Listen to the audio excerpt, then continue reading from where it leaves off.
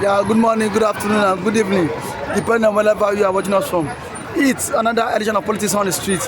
You can subscribe to our YouTube channel, like our videos, share, comment for more political discourse. Pastor, Dr. Ngozi Orabueze has allegedly met with the Finnish government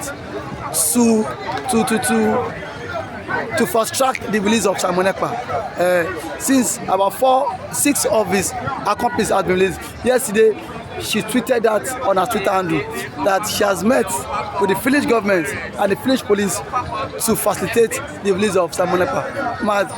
Pastor, how can you react to this, sir? God bless you. Good morning, good afternoon, good evening, and good night, wherever you are watching us from. I remember I almost said that biafra evangelist who will always speak the truth. Now listen and listen good. She tweeted that, for your information, I want to collect some nations here. There was never a time my PM was in prison. Ekpa? Yeah. Says who? I'm telling you the fact. He has never been in the prison. He was only serving restriction from media.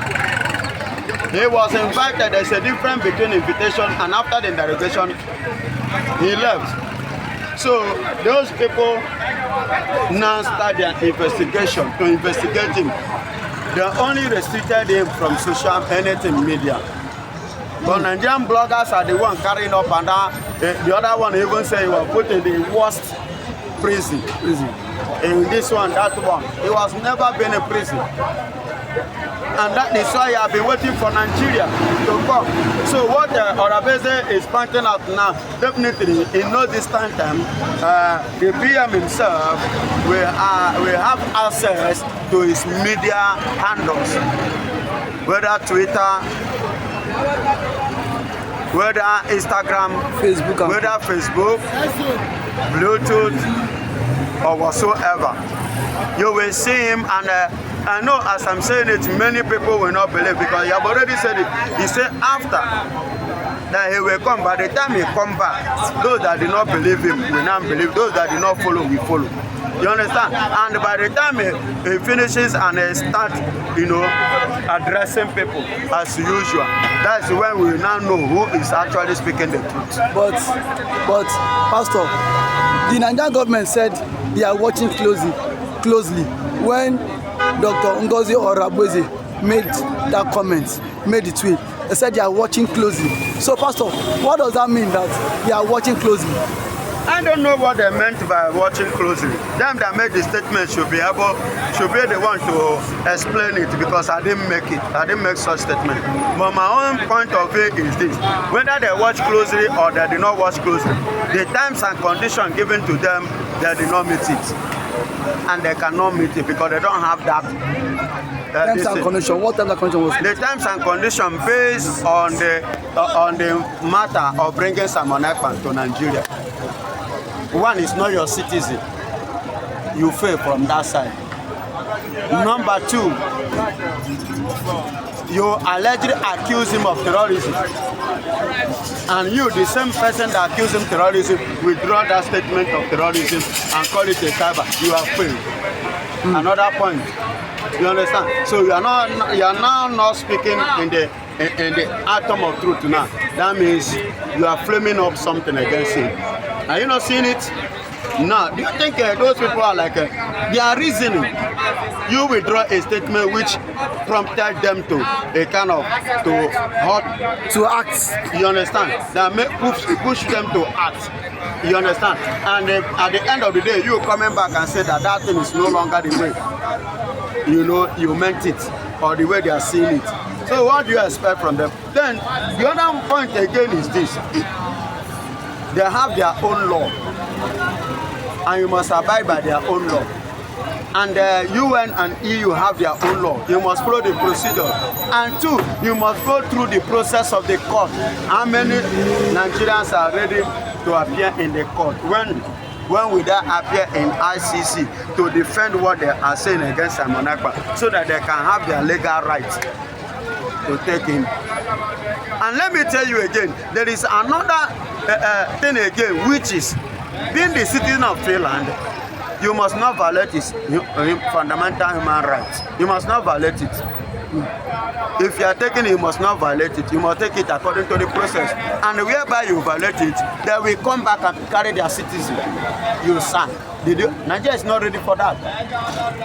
You know? So there are so many things. And again, Nigeria violate their own law, Nigerian constitution. Violate their own law? How? Their own constitution. Because now in constitution, you need to respect human rights. Okay. Opinion of the people. You understand? Because protest is one of it. Protest is a way where it's a medium by which citizens express their feelings towards your government. You understand? Yeah. And you abuse it. You can see here that when there was a protest in Abuja, some people were shot, some people were taken to the to cell, of which they appeared in court and they were asked to pay 10 million each. And not only that, there were 9 years, 10 years, 11 years. You said that you are charging them for treason, that they want to take over your government. Do you understand? Which some of them even collapsed without food for 3 good months. And the judge who stood on that day, when he saw them when they appeared, he walked out of the place. Do you know what the impression means? So all these things are going against the EU law, and it's going against the United Nations law. But Pastor, and it's working against the fundamental human rights. But Pastor, do you think Dr. Ngozi Orabueze can secure the release of Simon Ekpa? Because when the Nigerian government said they are watching closely, it means they are looking at all the lapses, that if the government secure the release, something must happen. So something will happen to where? In Finland. Nigeria will go like probably the treaty, whatever that happens between the Nigeria, I mean the relationship between Nigerian government and Finnish will be terminated. Listen to me, they don't think that it has already been terminated. They don't have a relationship. How do you have a relationship where your embassy is not in a country? How do you start the relationship? You relate with a country by country when you have an embassy there, so that the citizen of that place will go to the embassy and let any report concerning what is going on there. Did Finland have embassy in Nigeria? That is the question, and the answer is capital no. So no relationship. So and for your information, it's not like Nigeria. They say burning is free, but have case now go to police. They will charge you, they will still collect money. And they tell you say burning is free. And if you did not pay, they will detain you there. That is Nigeria. I speak from experience. And they still tell you burning is free. Okay, so in Finland it wasn't like that. When they look into your case, see that if you don't have any case, law, you didn't go against the law is not against you. Okay? But Pastor, lastly, before I let you go, the governor of Enugu State, Peter Tamba, has said Simon Ekpa to stop all this biafra nonsense, to save himself from all these unwarranted arrests, so that if he wants to work free again, he should sign that he will drop the biafra agitation. Let him back go to bed and sleep. A governor. Who is a governor? A governor, what has he done to save his people that the Fulanis are coming to rape and kill?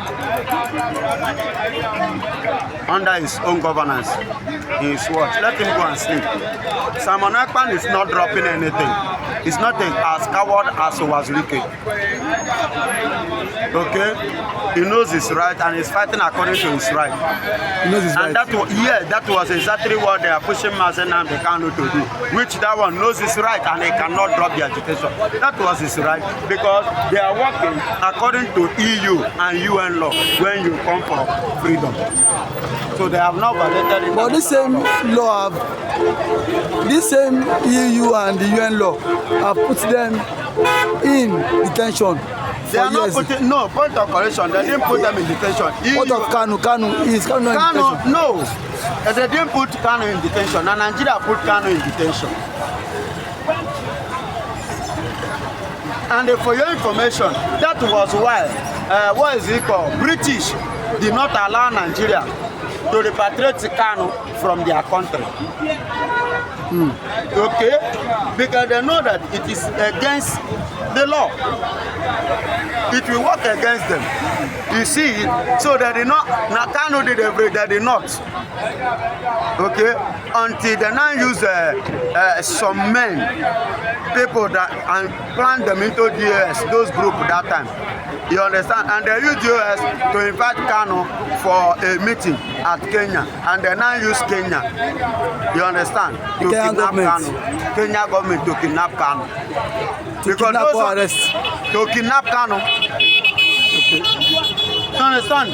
So that was because Kenya did not know this. Because of they are poor and they are wretched. They look at the money that Nigeria, like Mohammed, the information minister, and they pay them and they did the job and give it to them. So Finland is not like that. And Finland, for your information, they are in one of the NATO governments or country. They have their own constitution. So you must, for you to bring Simon Ekpa, there are things Nigeria need to agree with their own constitution. Because you are talking about their own citizens. And many Nigerians don't know this. According to Finland, you must abide by their own constitution concerning their citizens. You must respect their own law. Then respect EU and you understand? Before you can be able. And third one, you must follow the court process to do that. When did Nigeria appear in ICC? Have you ever heard that? Okay. I think, Pastor, we have to say a very big thank you for always coming out to hear your views. And thank you so much, Pastor. God bless you. Yeah, good morning, Mr. Christian. Simon Ekpa get people that are lobbying for Biafra, and it is a plus. The way Simon Ekpa is going international, and it seems he's making this agitation a serious international issue by employing international lobbyists to make sure that Biafra is recognized at the world stage. Let's get a reaction. Now, thank you for that wonderful question, the anchor of this good platform. First and foremost, I want to say, Simon Ekpa has come out to say, or has outlined countless times that he said that the Nigerian government cannot win Biafra with a barrel of gold for the second time. Now when he said that, see, Nigerian government cannot win Biafra with a barrel of gold, it means that nobody needs to die for them to exit Nigeria. Now, Ojogun fought Biafra in a different dimension. Now, nnamdikanu did it via his own dimension. So Ekpa is taking it globally. And now, we've seen world body recognize Biafra. We've seen the UN and then some other global body have come out to endorse the Biafra struggle. So kudos to him, it is a plus. Some persons have come out to say that Simon Ekpa should be discredited, the likes of Ngozi and that of the Southeastern governors. But my question is that you said Simon Ekpa should not be taken serious. Then who should be taken serious? The government who is not willing to protect our people? Is it the people who have refused to speak up when the Igbo man has been marginalized in the country? Is it the same governors who have become a tools in the hands of their Fulani master? So for you to even have a character like Simon Ekpa and nnamdikanu to have come out to say enough is enough, that we are tired of this contraption called one Nigerians. It shows that these people have this mindset that, see, they can no longer be the slave. So for him to have even gone as far as to hire lobbyists that will speak on behalf of Biafra in the world, in the UN summit, to me it's a plus. And that alone, the voice of Biafrans will be heard globally, and the voice of an Igbo man is also being heard globally. Now, let me take it back the line. When Southern Sudan and South Sudan wanted parted ways, nobody killed each other. Nobody go through the route of violence.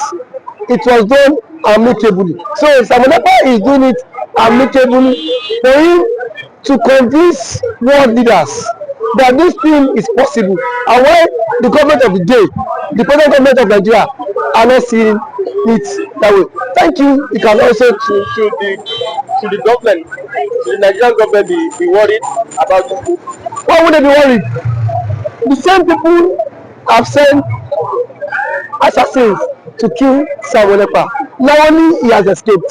So see, one thing about it is that the government of the day, they are panicking. There's panic. You know what it is now? Say a particular tribe or a major tribe to exit your country. You know how an Igbo man is. You know the investment of an Igbo man is in the country. Now imagine in Nigeria without an Igbo man. Let's just imagine that. That means dominance. That means the Hausa man would now dominate virtually every government parastatals in Nigeria. So now the reason why the Igbo man is still believe that's Nigeria is because the Igbo man is still in the contraption called Nigeria. And eventually, if the Igbo man leaves, my brother, the Yoruba man will know the true meaning of Nigeria, and then we now know who owns Nigeria.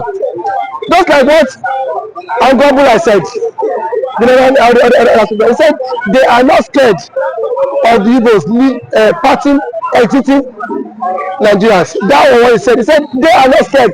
Indirectly, that means the other tribe would not have sense of belonging in the country. And we know it. We know it. I know it too. And that normal man now has the spirit of dominance. You cannot dominate him. If a Fulani man has the spirit of dominance, for you to dominate him, it will take ages. In terms of population, you cannot dominate them. So one thing is that Ojukwu foreseen this whole thing. That was why he championed this biafra struggle. And now, gradually, it is now becoming a reality in this contraction called Nigeria. Now, there are some Igbo men are even tired of the system called Nigeria, just because they feel their brother is still in president. Man, my brother, I can bet you, come 2027, the Yorubas will be championing the Republic more than the Igbo man. I can bet you that. That I am very certain of. Yes, we will championing because it is certain when their president, when their brother is being kicked away from the presidency, already there is a plot, and which he himself cannot escape. The president himself knows that there is a plot, and then the big shots in the north are forming alliance. You know it. RFI, a powerful influence in the north, is not in the league. Sorry, is not in good terms with the president. And now nobody can take that factor. What RFI did, or see that made Tinubu emerge as the president via his own influence. And then we have also the likes of Angulai, which is the chairman of the Northern Order Forum. He said post that election that the Northern Order supported Tinubu, but come 2027, Tinubu will not get their support. So what does that mean? Now so now if the average left person is not given the vote, now where will they get the vote? It should come by 2027. The same thing the Yorubas have been after the Igbos for.